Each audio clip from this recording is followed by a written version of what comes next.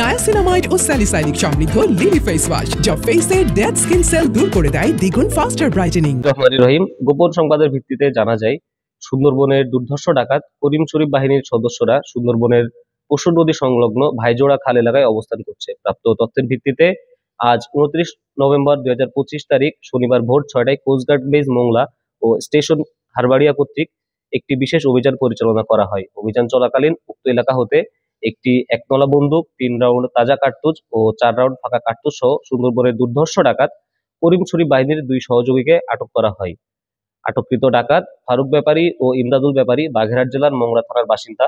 প্রাথমিক জিজ্ঞাসাবাদে জানা যায়, তারা দীর্ঘদিন যাবৎ করিম শরীফ বাহিনীর সঙ্গে ডাকাত দলকে অস্ত্র, গোলা বারুদ ও রসদ সরবরাহ করে আসছিল। আটককৃত ডাকাত ও জব্দকৃত আলামতের পরবর্তী আইনানুগ ব্যবস্থা গ্রহণের কার্যক্রম প্রক্রিয়াধীন রয়েছে। সুন্দরবনকে দস্যুমুক্ত রাখতে কোস্টগার্ড কর্তৃক ভবিষ্যতেও এ ধরনের অভিযান অব্যাহত থাকবে।